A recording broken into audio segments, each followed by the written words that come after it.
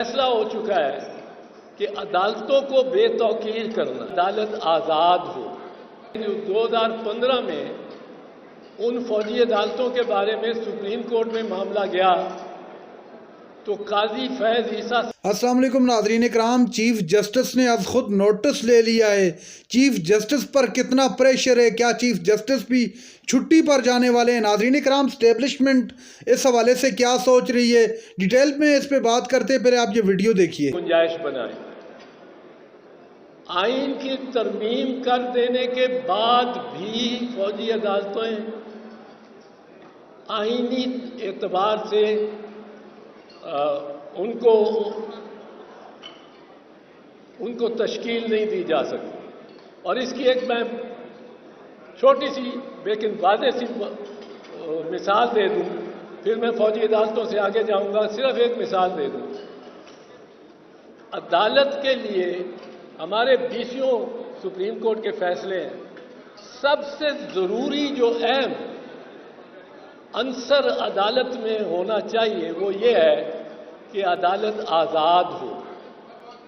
وہ جو شخص اس عدالت پہ پریزائڈ کر رہا ہے وہ آزاد ہو، اس کا کوئی سٹیک نہ ہو، اس کو نفع نقصان کا خطرہ نہ ہو، اب اس کو کوئی ٹرانسفر نہ کر سکتا ہو، کوئی تعدیدی کارروائی اس کے خلاف نہ کر سکتا ہو ماسوائے ہائی کورٹ کے، وہ ہائی کورٹ کے ماتحت ہو۔ اب اگر فوجی عدالت میں آپ دیکھیں گے تو کرنل صاحب بیٹھے ہوں گے، کرنل صاحب کو جو حکم آئے گا اوپر سے ان کا تو تربیت ہی ایسی ہے کہ انہوں نے اس حکم کو ماننا ہے، ان کی تو تربیت ہی ایسی ہے، تو وہ انڈیپینڈنٹ ہو ہی نہیں سکتے تاکہ دوسرا اس کا جو اس کے بعد آنے والا ہو وہ سمجھ جائے کہ بات بڑے صاحب کی ماننی پڑے گی، ورنہ میرا بھی تبادلہ کہیں بلوچستان میں ہو جائے گا۔ تو وہ انڈیپینڈنس کا اس میں عنصر ہی نہیں ہے بائی ڈیفینیشن۔ دوسری بات جو اس وقت ہو رہی ہے، بلا کا یہ ظلم ہے کہ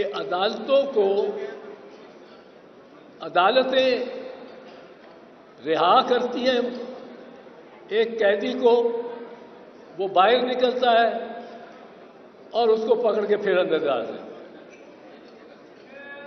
13 مرتبہ شہریار خان آفریدی رہا ہوا ہے اور 14 مرتبہ وہ گرفتار ہوا ہے، اور اس طرح کے دیگر اتنے نام ہیں کہ میں لینا شروع کروں تو میری بات میں جتنا وقت لینا چاہتا ہوں آپ کا وہ ختم ہو جائے گا، لیکن نام نہیں ختم ہوں گے۔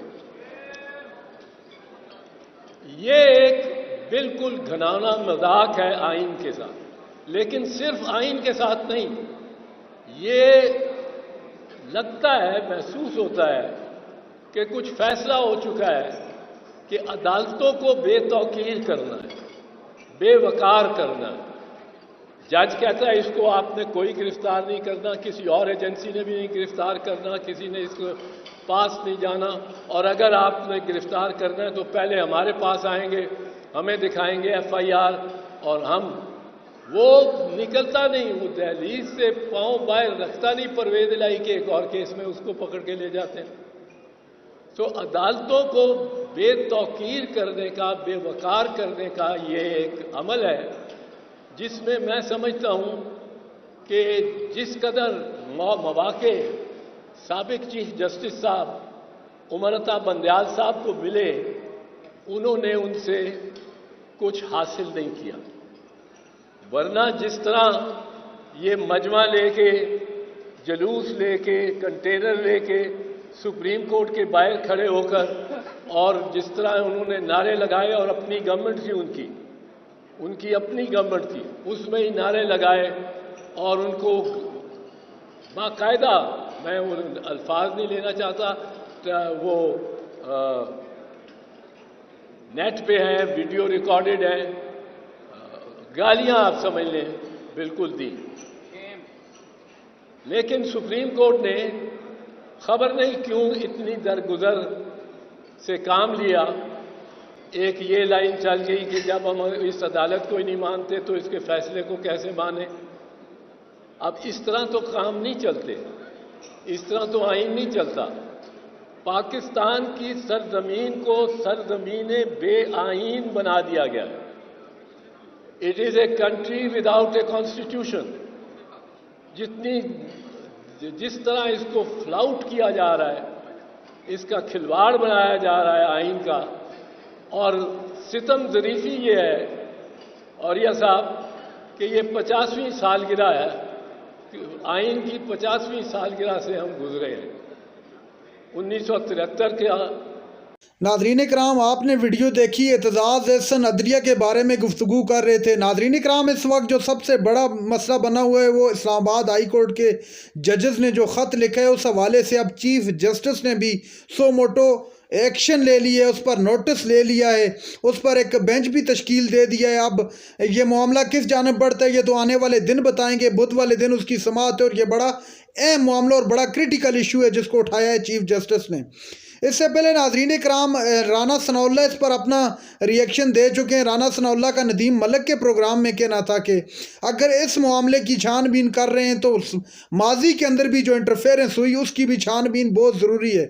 اسٹیبلشمنٹ کی مداخلت کا متعلق رانا ثناء اللہ کا بھی کہنا تھا کہ اسٹیبلشمنٹ کی مداخلت ماضی کے اندر بھی رہی ہے تو پھر اس معاملے کو بھی سامنے لانا چاہیے. حکومت بھی اس وقت پوری طرح سے مشکل میں پھنس چکی ہے. اس بات کا اعتراف ہر بندہ کرتا ہوا دکھائی دے رہا ہے کہ اس معاملے نے حکومت کو کافی پھنسا دیا ہے. پاکستان تحریک انصاف نے اس پر اپنا رد عمل دیتے ہوئے کہا ہے، جو از خود نوٹس لیا ہے چیف جسٹس نے.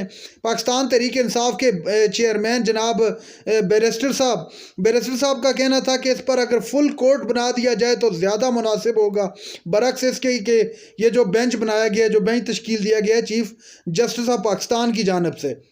اب ججز نے جو اس پر الزامات لگائے ہیں ان خط کے اندر، اس خط میں یہ کہا گیا ہے کہ ہمیں دھمکیاں دی جا رہی تھی، ہمارے لوگوں پر تشدد کرنے کی بھی خبریں انہوں نے دی.